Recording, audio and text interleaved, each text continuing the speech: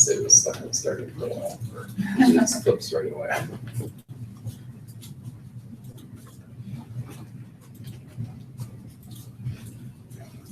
Okay, so this is the lab that we ended at the end of the previous class on Wednesday.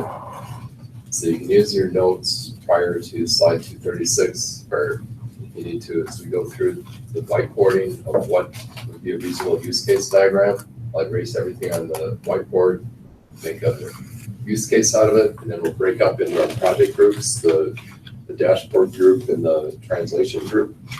And each group will separately do a use case.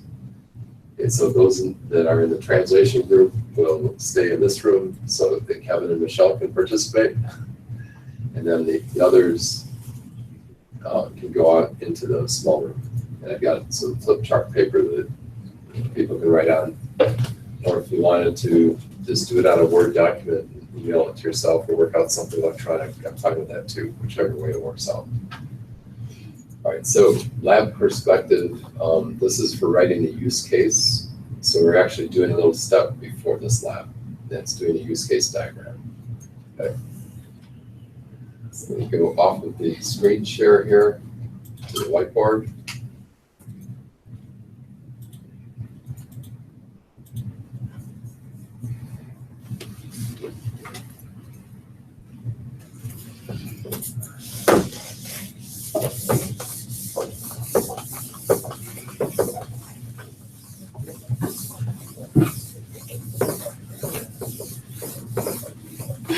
Thank you.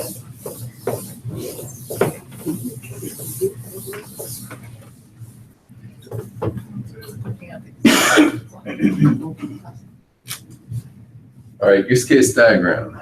So what do you start with? You're going to do a use case diagram. What do you do first? Yeah, get some actors defined.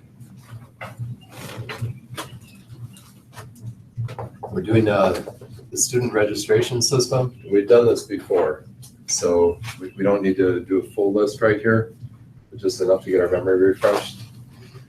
We've got our actors and our use cases. It's usually kind of difficult to do this on a whiteboard because immediately the arrows will start getting all messed up. Like within 10% of the diagram, because the actors will be like, oh wait, I should have the actors positioned differently. So we'll see how this works. I might do multicolored arrows here just so that it's semi-legible. We'll do this freelance from a brainstorming perspective. All right, so the actors, basic ones in a student registration system, obviously student. Professors, registrar. Admin, registrar. Professor. Professors.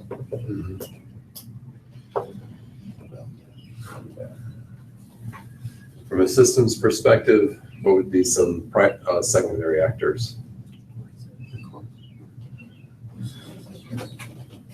Courses, this is where, this is important to go into this. Problem. Yeah, exactly. So what put down courses? Where does courses belong? Database. Yeah, in the database. So in the ERD, we would have courses, course, and we'd said when we did the entity relationship diagram, is that last Wednesday or Monday?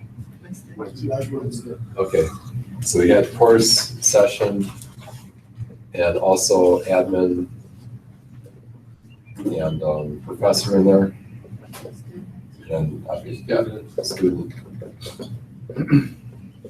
All right, so those are the entities that we had talked about. So just to keep the entity portion in the back of our mind is good. Even if you have that whiteboard snapshot on your phone, that's something worthwhile to take a look at. All right, so actors. So we did this differentiation here. I cut over to ERD. So if you were to verbally state, why did we cut over and put some things on the ERD and not put them on the list for actors?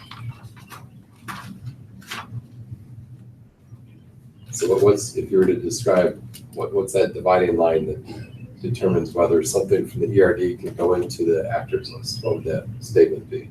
Actors are initiators. Right, actors can initiate. So think of an actor as something that can initiate.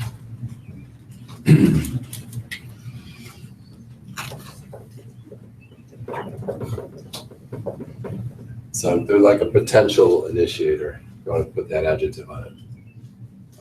From a system perspective, I asked the system question, we got into the entities. So let's back up to the broader perspective. What would be potential systems?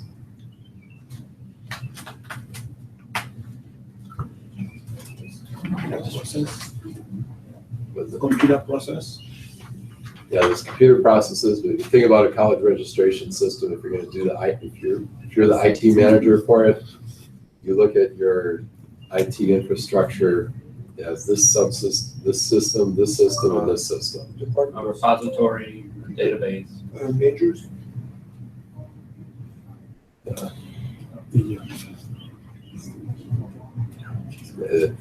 Mark's directions put us into the ERD space. That would be part of the. Mhm. So usually no company has all of their entities stored in the same system. That'd be like miraculous. I don't think it exists anymore. In any business, regardless of how big or small. So if you think about systems, and we didn't think through this last time yet. It would be some type of intranet, maybe, where they have a web server, front end, the applications and the backend, the databases. Exactly. So think along that perspective that Juan just mentioned. That's the architectural layers within the systems. You're going to have some type of finance system. You got to pay the people and take in the money. There's going to be some type of finance system going on. And chances are fairly high that that finance system is going to be actually separate from the registration course management system. So I like to think of it as a registration system as opposed to the courses system. So you have a lot more in there. And then you're also going to have some type of employees management system, basically your HR, admin, and professors are going to be under there. So the students will be under the registration system, and the finance system sits there together with the two to make sure your cost and income is balanced. So those would be the three example systems, or subsystems. Technically, they would be three independent systems that have to intercommunicate, interwork with each other. All right, so we can keep those in mind, and to avoid any confusion on the course part, we just say it's a registrar system.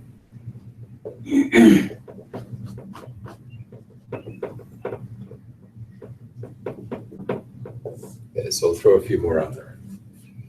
Right. So what would be the use cases now? And how did use cases get represented in the use case diagram? Student logs on to the register system. Not the register system, not the registrar. Yeah, so that would be one item that would be in there. Let me just put down different ideas so that we can classify these. So there's student login into the registrar system. Profile. Say again? When I create a profile form, when I fill out a profile form. So student fills out profile. We will also need something to control the attendance for all those students who are under federal Pell Grants. Yeah, so there's, let's see, so various grants, I'm not familiar with that area. Right, for all the government grants, because normally they request that the Oh, there you go. students It's like to- regulatory. Exactly. Regulatory governance finance instead falls under compliance. Probably throw that into the registration system. So this would be the grants and compliance. I'll just put down compliance. right here. You scared us with that horribly last class. You said it's not an option you can skip. Your memory's better than mine. Or maybe it was when we were reviewing the I think agile it's the stuff. agile review. Yeah, I think it was the agile review, but you terrorized us. Well, that's right. There's one question in there about what's the sequence and what is the Which can be Sequence of skipped. correct Priority. order of priority Yeah. when assessing, Agile. I'm trying to fill in the noun. When determining value. Yeah. And compliance was first because that's got to be there. And then after that, Value-based. what was that? Value-based, Yeah, then it was value-based for the customer viewpoint. and then working software. Yeah, and then working software. Okay. Agile variation from last Thursday night. All right, so, are you? Now you take the exam tomorrow, right? Yes, tomorrow. Okay. I just need to remember that tomorrow. Thanks. In filling out a student profile, let's say an ID is established. Student ID is established in that process. Correct. So there's this extra thing, student ID gets created.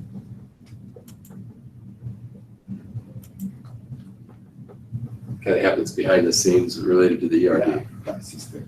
All right, so looking for use case titles or other appropriate steps here.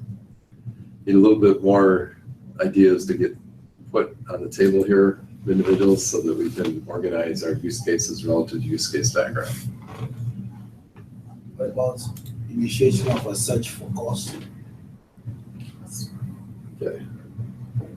So this is search in the student context, I assume you mean? Yeah. Okay.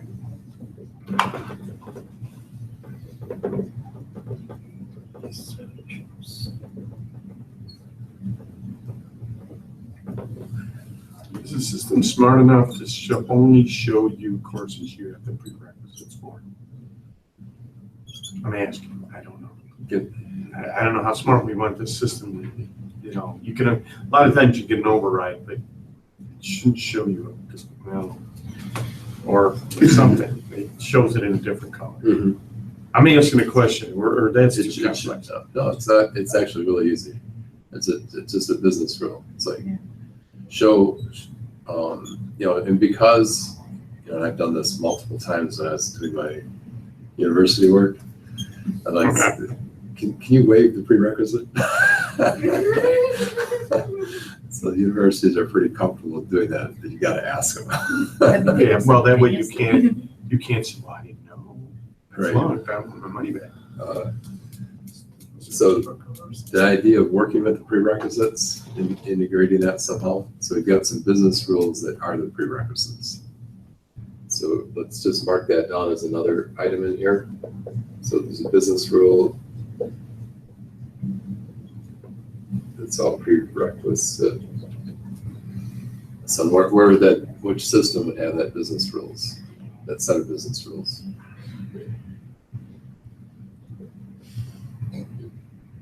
We only got 3 up there. Registration system.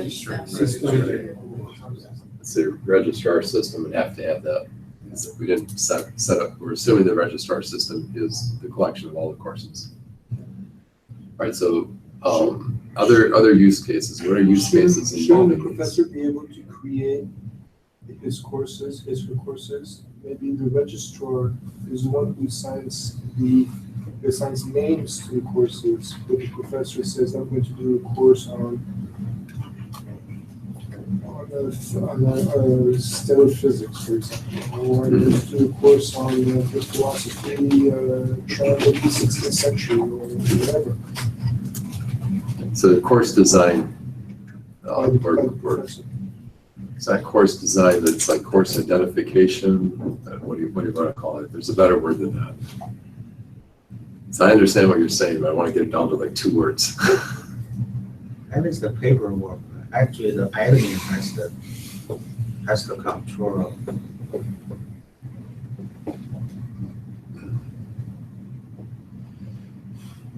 It's this Course creation. professor proposes course, it's course proposal. Yeah. Professor proposes courses, they're building out the program. Okay, that's the word I was looking at. If you go to a university, they'll talk about, here's the program. And it's all of the set of courses. So let's just call it program design. Then it's a little bit, that means something explicit. Course design means the course is already approved. You can go in there and work the details, but if you're doing program design, Yeah. that's a totally different concept. So there's program design going on. All right, now we're moving into the direction where we're almost hitting a critical mass where I can ask the question that I want to ask. Throw some more ideas on here. Design. And I haven't told you that question yet, so don't feel like you missed anything. Program design, that would be at the level of accounting, finance. It will definitely engage that. So the program design from a professor perspective is going to be focusing a lot on content, but somebody else has to come alongside there within the department, I would presume, and add some financials to that. And what is that? It would be financials, as I'm thinking out loud, most universities keep it really simple, X dollars per credit. So in program design, the professor is going to have to be able to say this is a 2-credit class versus a 4-credit class. So I think that's going to be taken care of. That your point is that there's a business rule here, is that there's a certain number of dollars per credit. Yeah, but not in dollars at this time. I'm thinking of at the program design level, a student may want to do accounting and therefore be able to hit only accounting courses, or a student may want to do finance and therefore be able to hit a finance courses where he or she may choose what courses, and after the course choices are made, then the associated course will be populated from the system. So I think you just said choose a program, like finance or whatever, Yeah, some area of study. yeah, that is at the program level, I'm thinking. Yeah, when we say program, this is always like your Bachelor of Science or Bachelor of Arts, whatever it is. It's choosing your program or major. Right. But 90% of the programs I know of ask for an elective to be taken, which are outside of the department. Right.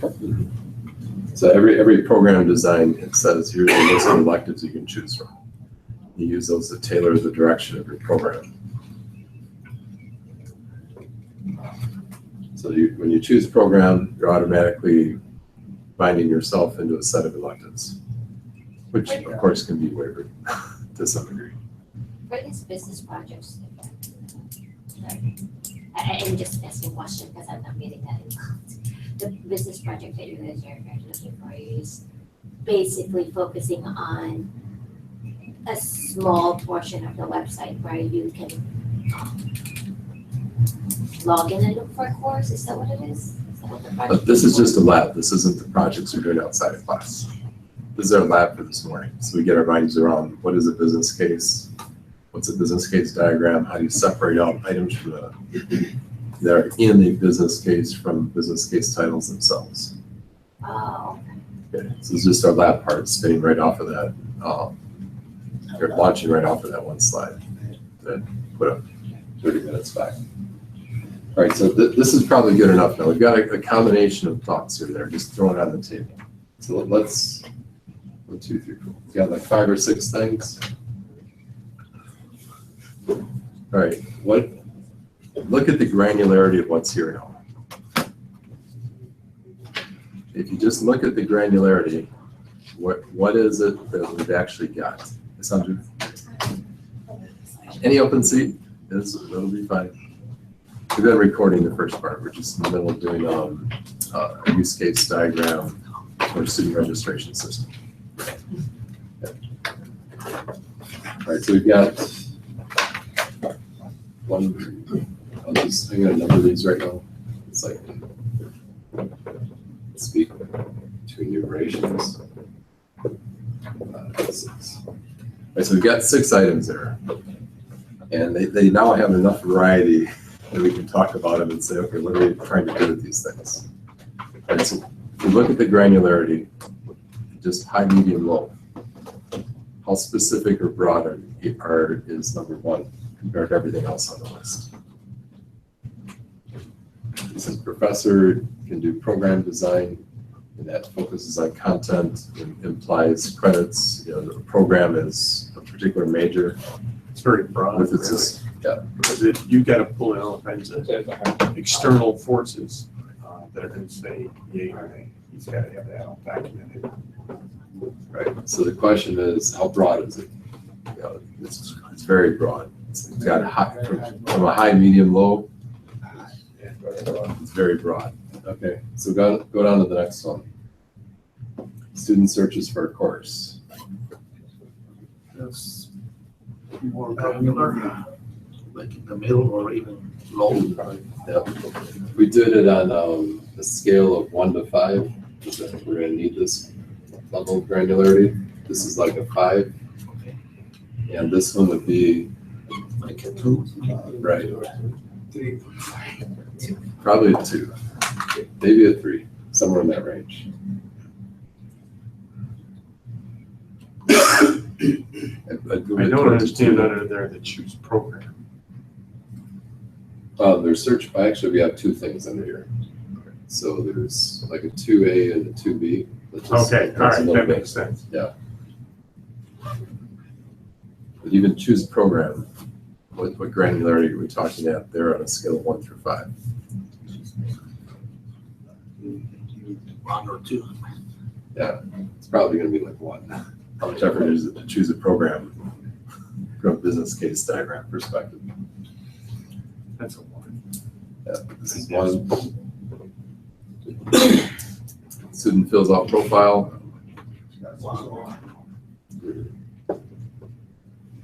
This business rule of dollars per credit. Very narrow. Business rule of prerequisites to go into the registrar database. There's gonna be a lot of courses. Yeah. Like if you're Yeah, so it has high complexity and it's broad in that sense, but it's still just a set of rules. You know, it's not really engaging that many actors. Unless, let's see, so prerequisites, all right, so I just put this down, business rules, prerequisites. If we take this back to the program design, if we assume that the program design is where the prerequisites are also identified, because that should be, the electives, prerequisites should all be figured out in the program design. When we come down to this point, we're actually just implementing business rules. And they're, like what he said, like, you know, what do you do with it? Do you make it required? Do you highlight it on the, so there's different ways you can take that same business rule and do something different with it. So if it's just that business rule, then it might not exactly be just the one, because there's so many you can do, so many things you can do with it. So this is a rich area. So why don't we just throw that in the middle and call it a 3 until we get something better to do with it. Okay, needs a little bit of context. All right, if we take a look at this, the initial question was, what is the business case? So, and we covered this last time, so what page are we on? So, Sanjay, we have a diagramming. Yeah. 230, all right, so 230 in your book is, yeah, this is something that we can tag in that Mr. Sanjay, you go to this, everybody should go to this page. It's on page 230. Got it. It's an example. Yeah, there's an example. There's 3 diagrams that are examples of each other here. So, you know, this is what we're trying to do, just put together a use case diagram. Okay. If you look through the list of 6 items that we got, or 7 items here, which of these would actually be use cases What do you do with the others that aren't really use cases? So I like the direction that this went, because I started with the initial question. Oh, give me a that's li- that Give me question a list you of use said. cases. Yes, that's the question. All right. You said. So Don't share. the first thing that came off was these things that we said are really, really narrow. There's nothing wrong with coming up with these ideas, it's just we gotta know what to do with the ideas. And there is a place and a home for every idea there. So but going back to the original question I started with, identify the use cases. So these are not use cases. What are these? Those are steps or processes. They're steps within The use case. within a use case scenario. Exactly. So when we looked at the, I think it was after the diagrams, there's some use case templates, and examples. Yeah, right after that page. On page 233, and there's an example of a use case right there. So this use case might even have, I don't remember if it has login or not. Just log into the system. Okay, so there's an assumption there. Yeah, all right, good. So on page 233, you want to keep flipping pages back and forth. There's an assumption in that use case saying students already logged in. All right, so you can actually take the student login to registrar system and say, that's just an assumption. We're not even gonna focus on that. All right, so the point here is being able to separate out the detail and noise from what has that value. You know, it's a given that we need to log in. So it's like, don't even spend any time with it. Right? And don't spend any time with it, meaning don't go write a use case for it. There's probably already some use cases, or if there's something special, that's fine, but it's like, this doesn't add a lot of value for our time together when we do the lab. Just making an assumption. But it's still needed in the preconditions, just so that you don't forget about it. Exactly. So making an assumption, meaning it's in preconditions, it's there. So this is what the granularity means. These items that are one, those are really a step, in this case, an assumption, a precondition that's in the use case itself. So this is the exercise. Separate out what goes in the use case from what goes in the use case diagram. Okay, the simple stuff here, that's not complex, goes in the use case. All right, so if we think towards the granularity of two, maybe that's use case, maybe it's not, because this is a soft area, this is an art. Okay, is there an argument for making student search for course be a use case, or would you put that in as a scenario step? So let me use those words. I'll use these phrases, use case and the scenario step. Scenario step meaning it's inside a use case. When I say make it a use case, it's a use case title. I think it's a part of the student registers. It's a step in his register. That's one of the steps is student search for course. Yeah, it could just be a scenario step. There's nothing wrong with it. It's just being a scenario step. Okay. As you get into the use case for it, you go, oh, wait a minute. There's like 15 steps in this thing.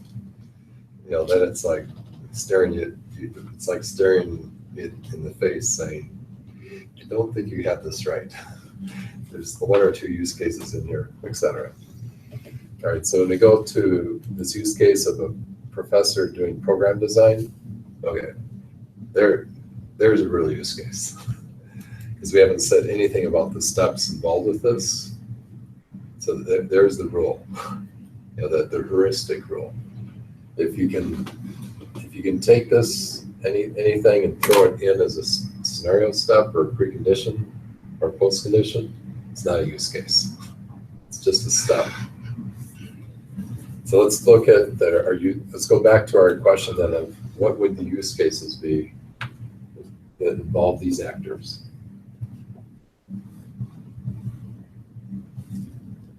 So we got one there so far.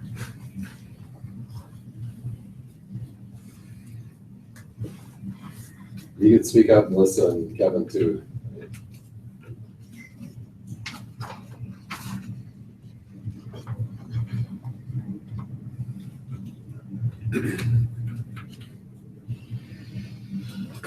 So put out other ideas here. You can go back and look at the notes too if you want to, page 233 or something like that. 233, so at page 233, we say the register for courses is the use case. Yep, literally.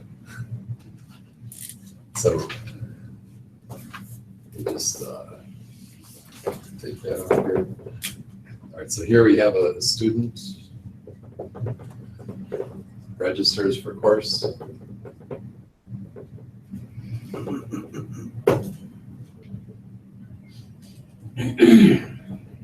And I'll say courses, plural right there. Yes.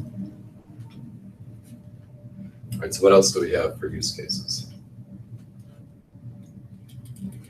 You know, in other words, how do these actors interact with each other? Professor designs the course. Must be everybody. Yeah. So I'll write this in blue here. See the across here.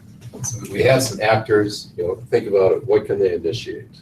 You know, that has some substance to it. All right. So we said a professor can. What did we say? What was the word? Design the course. Yeah, design a program. Okay. So design program.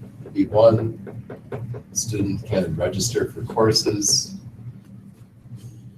Register, I think, like somebody put together the course catalog. Yep. Somebody's got to be able to Admin could open. assemble that course catalog. Yeah. Right, so create course catalog, create/update. Well, in the case of the university, it's not, well, assume it's not year one of operation, so let's get create, and just say update course catalog.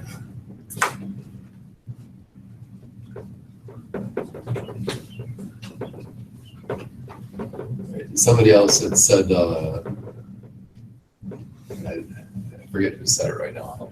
I had it registered in my mind, but somebody had said another use case about 2 minutes ago or 3 minutes ago.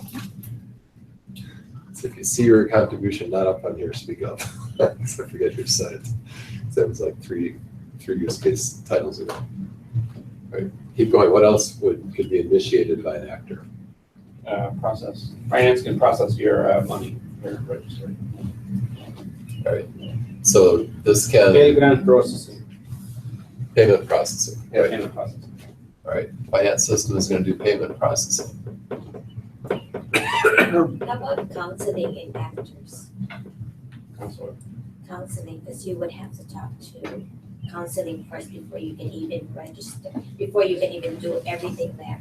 But how- You need to go to counselor, whether for prerequisites, but is that- financial, everything else You has to pick that up go. for register. All of those go. But in this case, we are working under the assumptions that all that has happened already, isn't it, right?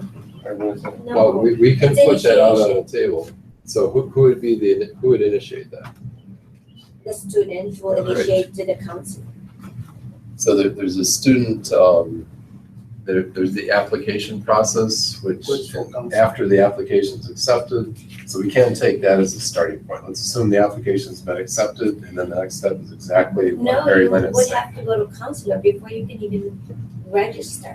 yeah, we got. I agree with you, So, but I'm saying that before even going to a counselor, you know, if I'm the counselor, I'm not gonna give you the time of day if you aren't accepted by the university.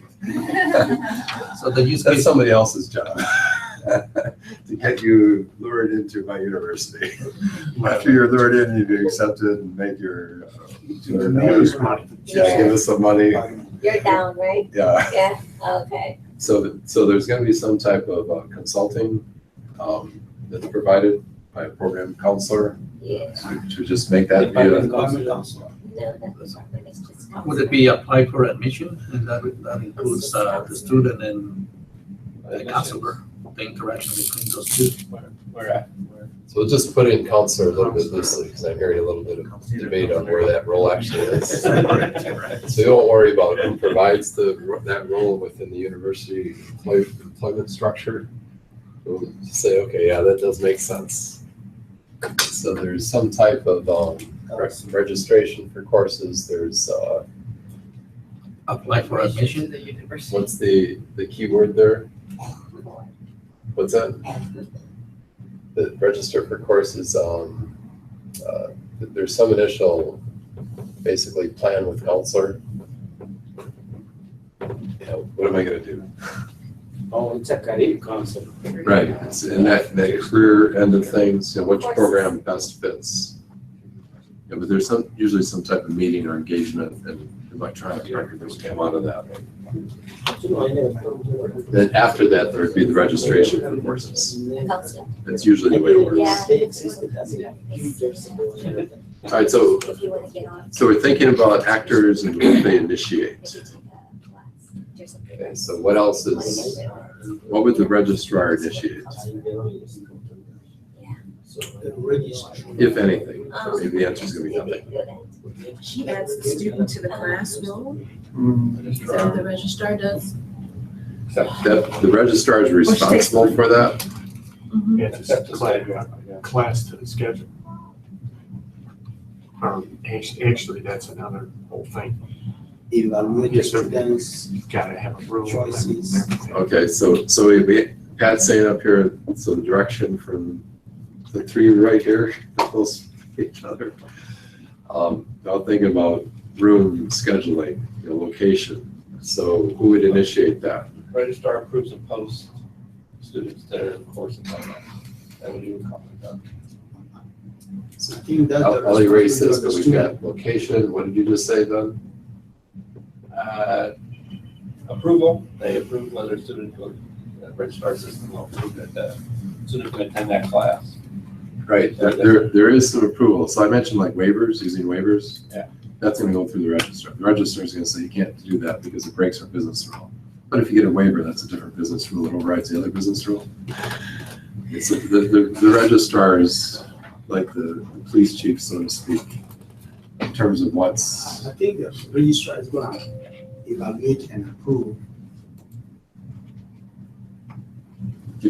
keep going, evaluate, and approve what? The course. Of course, the schedule. And then the approval really comes from the computer system, because the person's not individually gonna go through this about every single student. You got one registrar, you've got 30,000 students. So this is going to be all of the registrar is going to approve, basically exception waivers, or just say exceptions. Yeah, Is that the registrar's job or the department chair? The registrar is the person that's responsible, but as you're pointing out, there's a secondary party. Because this person is just doing the paperwork processing. It's like legal You counsel, go to so the to office, speak. yeah, drop the schedule. That all of the records come through the registrar. So what else does the registrar do? So we're thinking of it in the student registration system. You can flip it to the backside as well. So the registrar is always the one who's responsible for providing transcripts. Or you go to the registrar's office for that. Donate some money. Just some money. So those are two areas of initiation, shall we say. You know, I'm not saying I'm saying that loosely because really it's the student that's going to initiate requesting the exception or requesting the transcripts. So provide, approve. So as we go up here, I'm going to let's see, initiate. Let's see, yeah, request is the verb I'm looking for. Request exception to prerequisite to a program, whatever it might be, or request a transcript.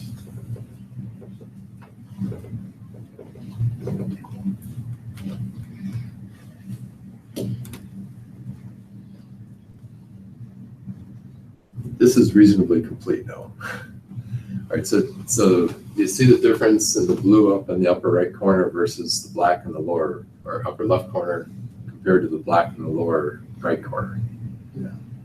So there's a lot of things that even if I use that same question, what does this actor initiate? I could say, yeah, the student initiates a search for courses. So there's still a lot of initiation down here. But after we got the granularity, broadness or narrowness figured out in the lower right of the board, then everybody stayed on a high enough track, so to speak, that we had individual use cases identified. So this was really good. But what's interesting now is it takes a little bit of energy. You need some reference points in order to figure out, okay, are we talking too fine of a level of granularity, or are we talking broad enough? All right, so what I would like to do at this point, we're 11:01, so it's been about 45 minutes or so.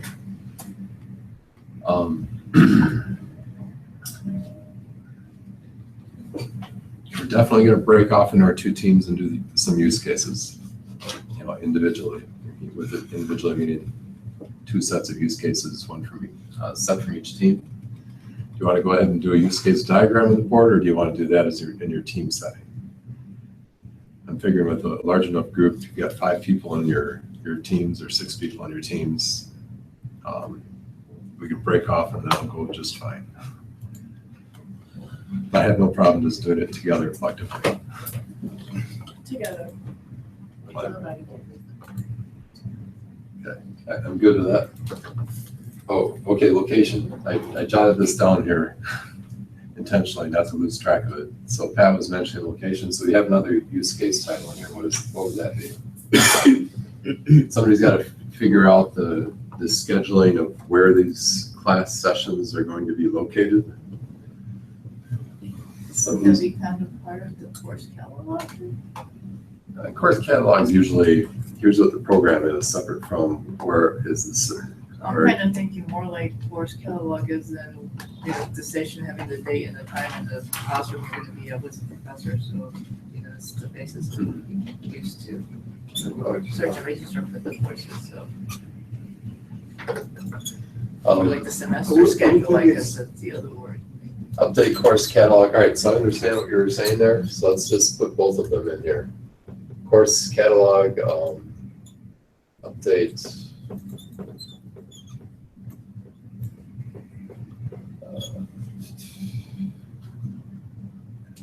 I want to say schedule. Schedule, location, what do you call that? Schedule it. Of the course.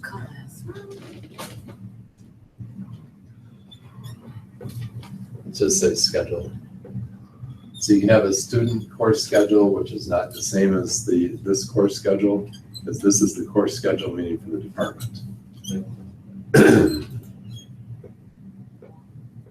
When you're talking about administration, though, is that administration that works for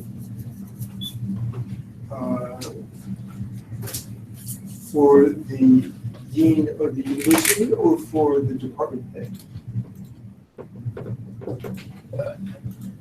Department.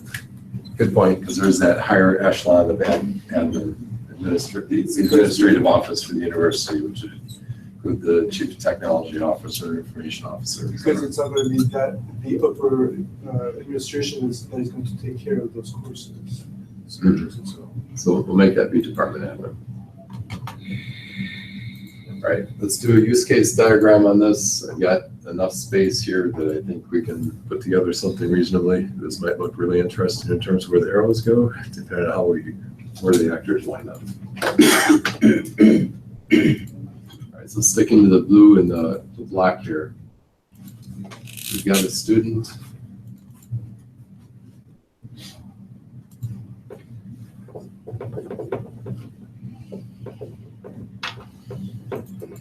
So we said the student can register for courses. So this would be the initiator. We say register for courses.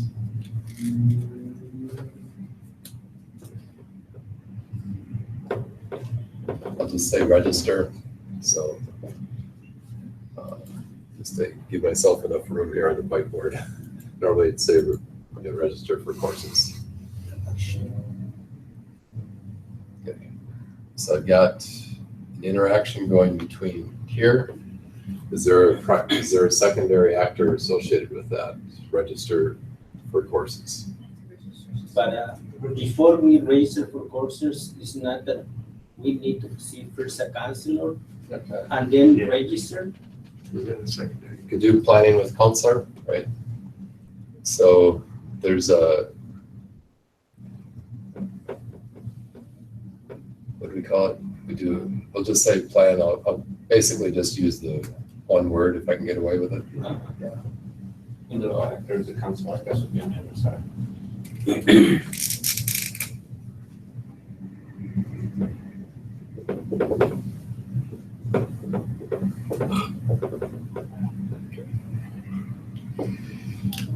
It's a clever system that can complete the registration.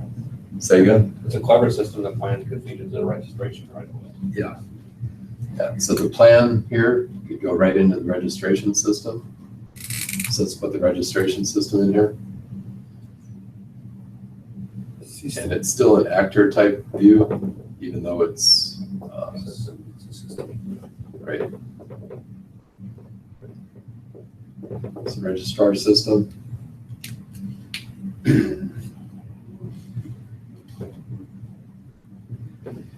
Okay. So keep going. The register also goes to the registrar system. Now, are the actors in the right, are they they're not initiating, they're the receiver, correct? You say on the right, you mean over On the here. right of our Diagram. diagram. Oh, no. the bubbles. You can initiate from this side to You this could. side or this side to this side. Like, the counselor's not English reads initiating left to anything. right, so typically that's the way we do the diagram. The Because counselor code Arabic initiates. or Hebrew would be the other way. System. No, the counselor code initiates with the student. Like the student can't build his plan on its own. How I envision this. Sure, you You can. need a pair with the counselor. After the They're all figured out, registration just- system, we can go I don't See think he's still finance? necessarily putting it on the right side or left side, just a matter of Okay, space. all right. Right.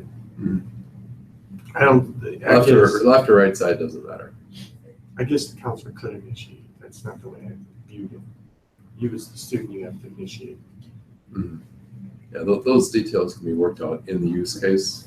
So in the use case, it does identify primary actor, that's the one doing the initiation, and secondary actors being the ones that are participatory, not initiating. Guess that's what I was. So at the use case diagram level, you don't really care about that detail. Just like, these are the ones involved.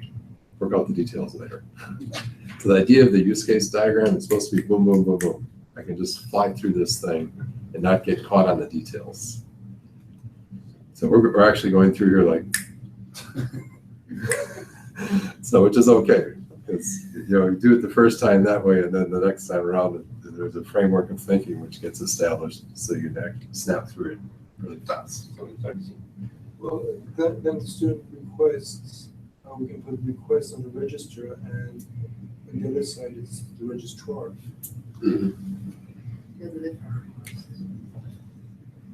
So there's register, and this is actually interesting now, because remember how we have the extends, includes, and uses?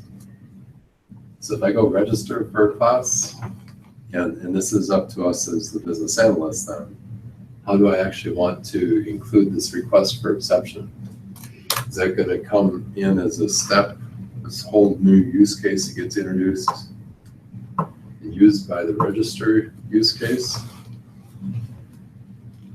Or is it? Or does it actually get initiated by the student independent of registering? I think it should be initiated by the student. But you don't need to ask an exception unless you are registering for something that needs an exception. And it Right. takes you could you out. register for a class that's full and then So leave that would be probably a step rather than a use case. or something like Yeah, that. well, there's another concept of, so there, it can be a step, but it can be a step can be a whole new use case. Yeah. Okay, so we should put in here, this other one, what do we call it? request exception. There's a whole bunch of exceptions that can come up. It's like 3 of them, this class is full, or prerequisite not met, or it's slightly out of the program, I want to take it anyway. So request exception. The notation here was that the register use case can use the request exception. Since the student's initiating this, the student is, implicitly initiating the request exception. So we still have that initiation rule, who's the primary actor.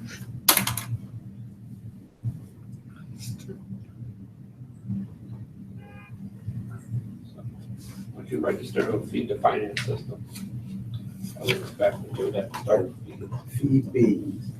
Okay, so there's fee payment. I heard what you said a little bit. Where does, I don't know how it fits in, but once you successfully register, you'll feed the finance system should get fed to spit out your bill. there we go. Okay. Now you're- So the registration system is actually going to be an initiator into the finance system.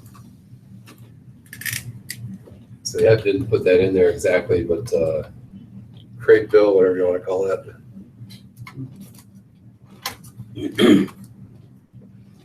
That should go under the registration system, isn't it? But it's a process.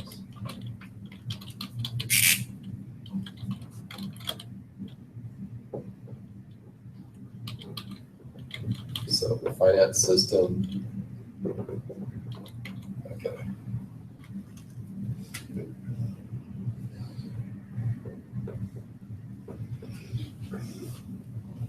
And there's the create bill, as part of creating the bill.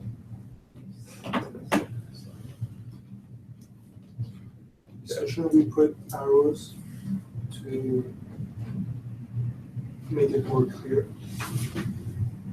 Can do that in order to capture the thought. Normally on a use case diagram, you're not going to see arrows though, you just see associations. The idea is to keep it really simple. So once you start going into the arrows, then it's like another layer of complexity.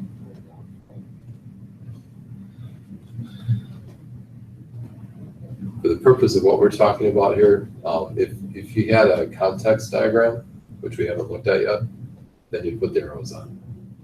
The use case diagram, no arrows. They're in your mind.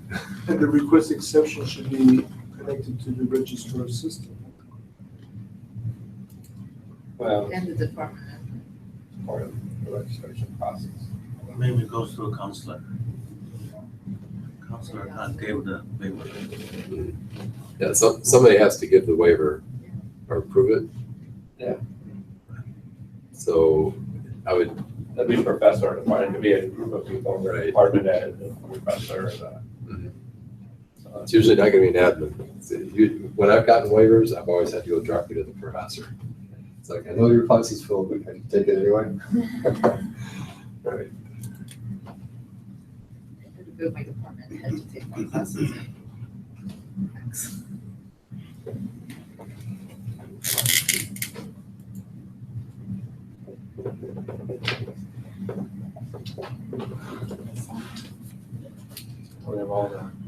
we have all the course building stuff. Okay, so we work with the course building stuff. That's the update course catalog, update course schedule. Sort of a separate area that feeds us eventually. So let's throw the admin off here on this side, just because the complexity is getting a little bit high enough in terms of the way the whiteboard's laid out.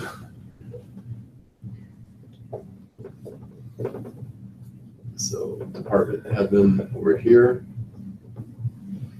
And we have our courses all in the registrar system. So what are the use cases there?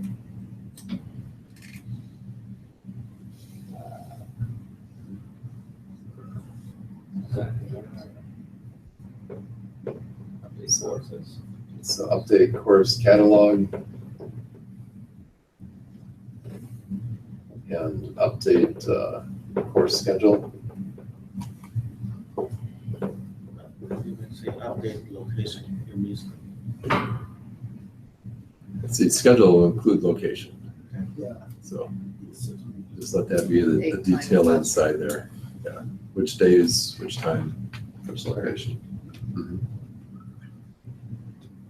Right, so we finished the top part now. Now we're on the registrar, approve exceptions.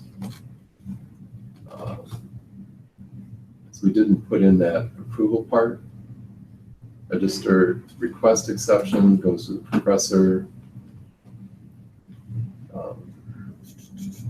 That's interesting. Do we keep, the professor is actually going to approve the exception, or else sometimes or all the time. In my mind, it would be all the time. So I don't think we need to have the registrar approving exceptions. They just need to be the one to enter it into the system to say. Right.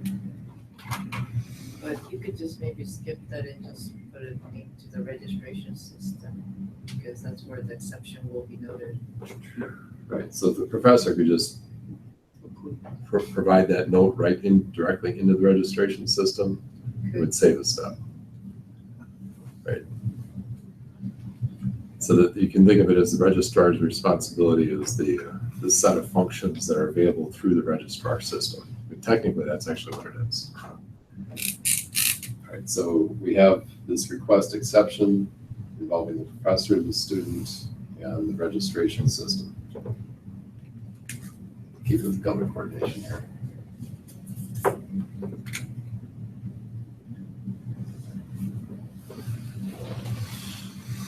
Okay, so where are we at? Exceptions. All right, so provide transcripts.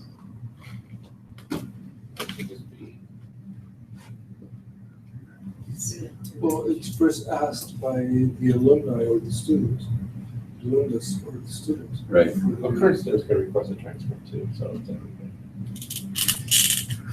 So that request is going to go, it doesn't automatically go into the registrar system. I think it literally has to go to the registrar. There's some processing that's done on it first. Usually there's payment involved. Query to see whether you owe any fees. All right, so registrar is a role. It's not there yet. Yeah, I figured out how to try to put this on here. I would put it up here. So I can go like this, but I already used the top of the board. So now this is where it's gonna get a little messy, okay? We'll put this in green. That way I can make the arrows go wherever I want. Okay. Want to connect into the registrar system.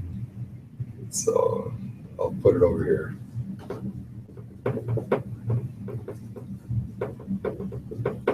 So registrar, and what did we say this was? Provide transcript. Request that transcript. Yeah, Just right here. yeah, process, Generate transcript. process, generate, process, transcript, whatever.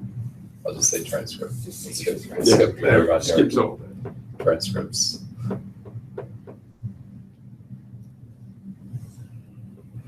All right, so transcript. It's going to be initiated by the student, approved by the registrar, and obviously involves the registration system.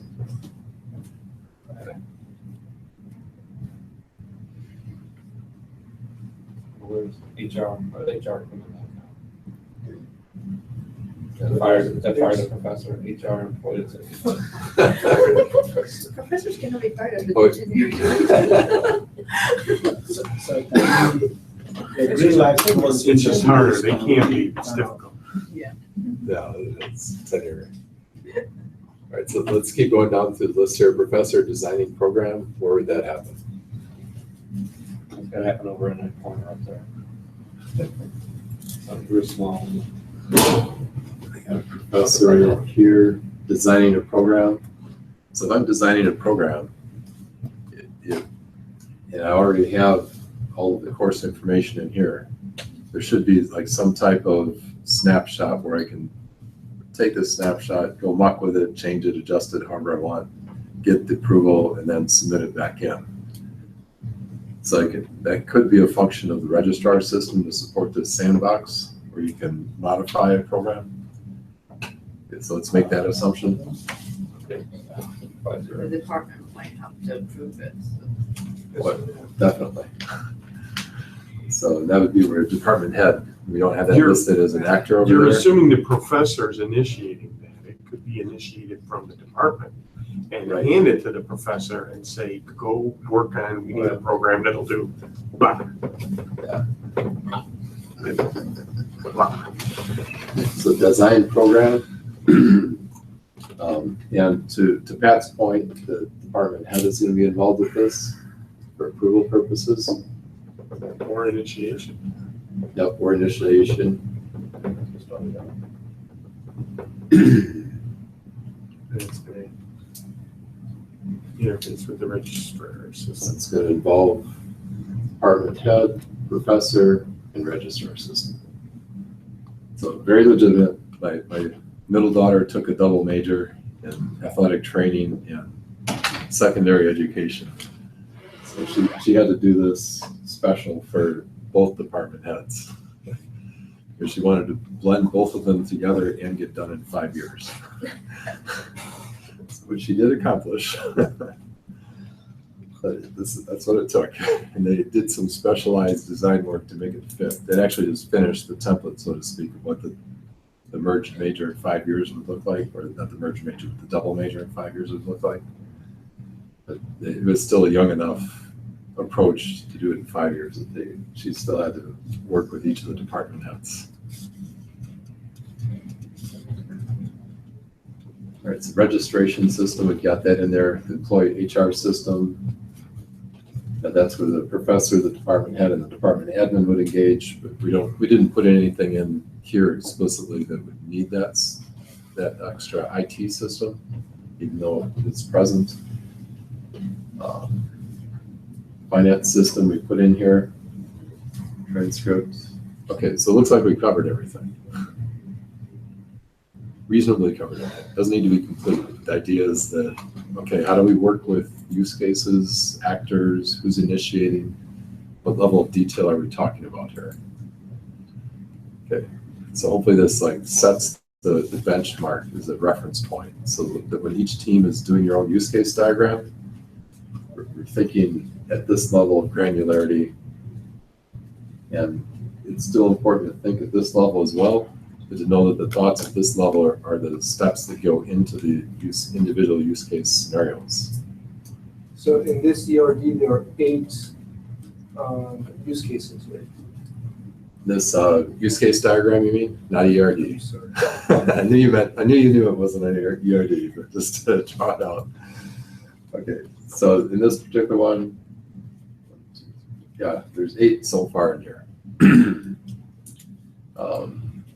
Let's see, payment processing we put down in the finance system. I think we said that was basically like create bill. So there's actually some more. There's one we didn't do yet. So there's payment processing.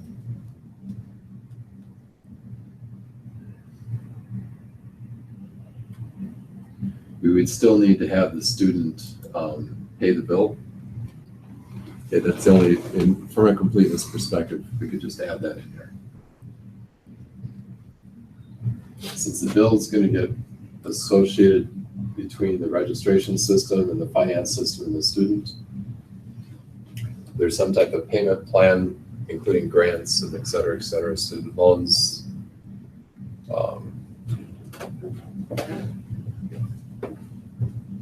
There's we'll just say payment plan. There's lots of different options on there. It's payment plan selection.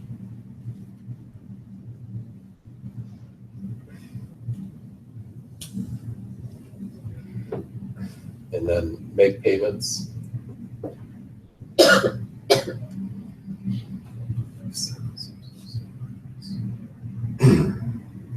Here I'd probably do that, make payments could say that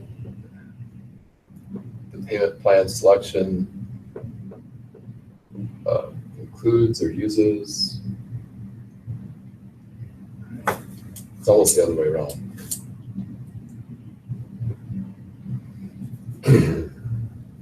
Or you mentioned that select the payment plan just once, make payments more than once.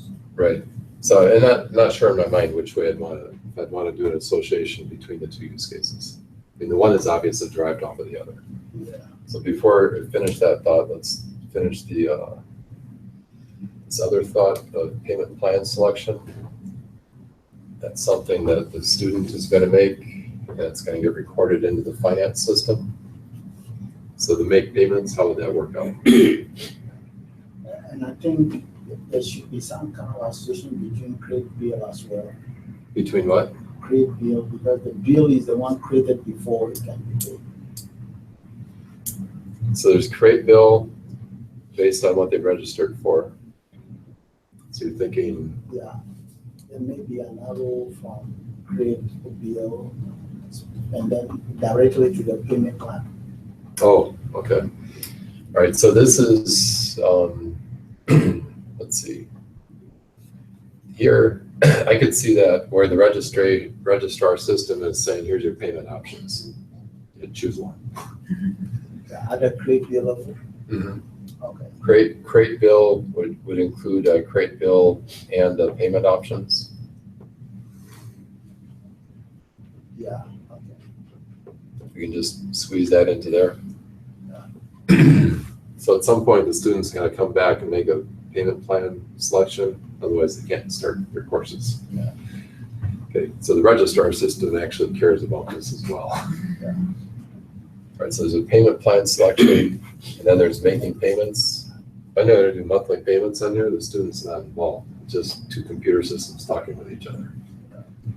Right? Can we still create another actor? Yep.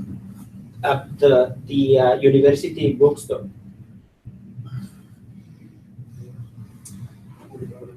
That's another actor. That could be seen as an actor because many students or most of the students who have Pell Grants or government scholarships, they usually are given a waiver to go and get the books from the bookstore. Okay, So can that be seen also as an actor and be connected to student and finances? that's interesting. Well, So- even without that, if they have access to how many students register for courses, then they have a better idea of what books to how many to get. We have, the grant part is not even like, that's just like a part of how many books to prepare, but That's a good point. So there's a bookstore system involved with this. It's inventory management. You gotta do whatever algorithm or business rules they use for the bookstore Yeah, but system.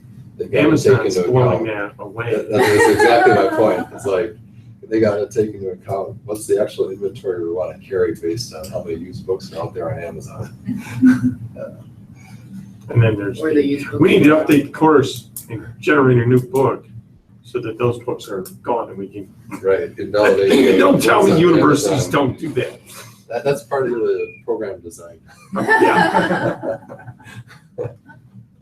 No, that's a retrospective at the end of the semester. They have to figure out how we can get more money.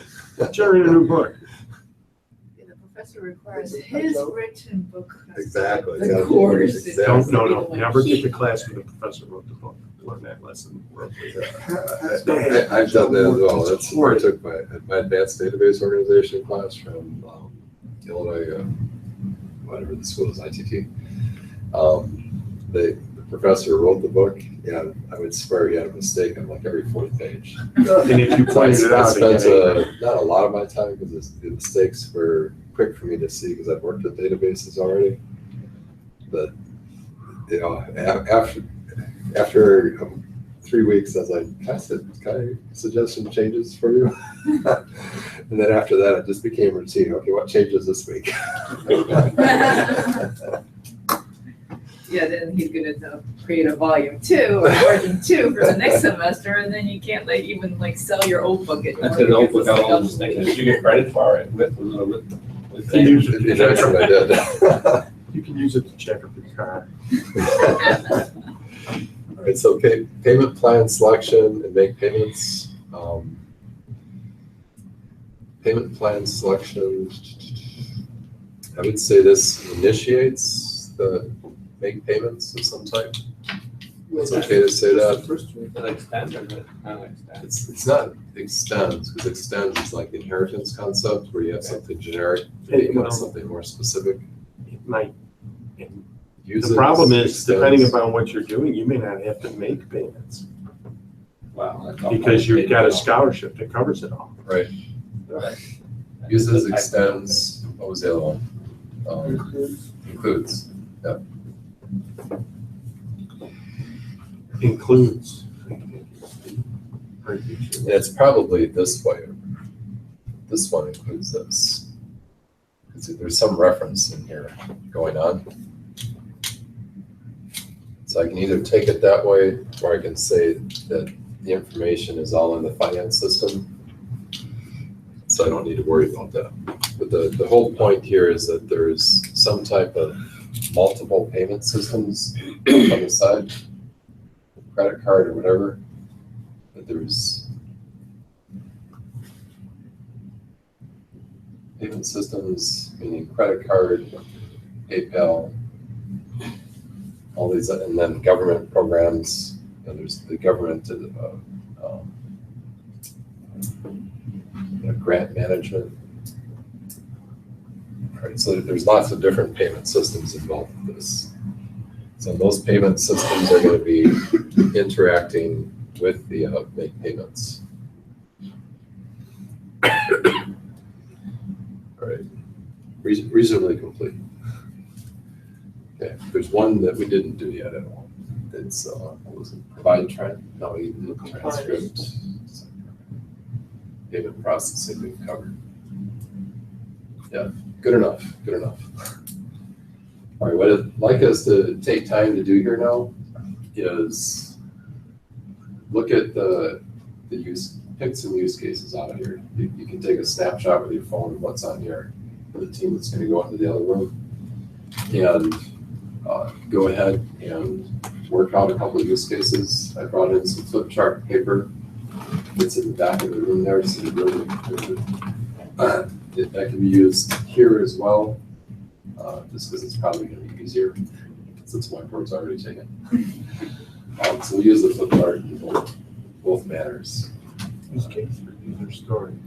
This is for use case. So I want to be able to get an idea of a use case because it's fairly common for the scenario steps to wind up being user stories, each step being a user story. It's a general rule. I haven't done this mapping enough to be able to say whether it's 80% true, 50% true, 30% true. But I have done it enough to say it's regularly true. Okay. So putting a percentage on it is a little bit tough. So the use cases you want us to work on is related to the projects or just based on what? I'm sorry, I missed that part. Yeah, so what I'd like to suggest is let's stay with the student registration system and with the lab here. And let's keep our mind on, just you can pick out 1, 2, or 3 of these, probably 3 of them, 3 of the use cases, meaning the ovals here, and individually in your teams work on that and say, okay, here's the use case. So, because last Wednesday we had done the ERD for student registration. So today we do the use case diagram and a couple of use cases for it. And later on today after class, I know the teams are meeting. So this is hopefully timely enough where you can say, okay, so what is the use case diagram for dashboard? What's the use case diagram for translation? And there you can take it into the use case realm or the user story realm. Okay, and more. So let's stay on the lab though. So from a student registration system perspective.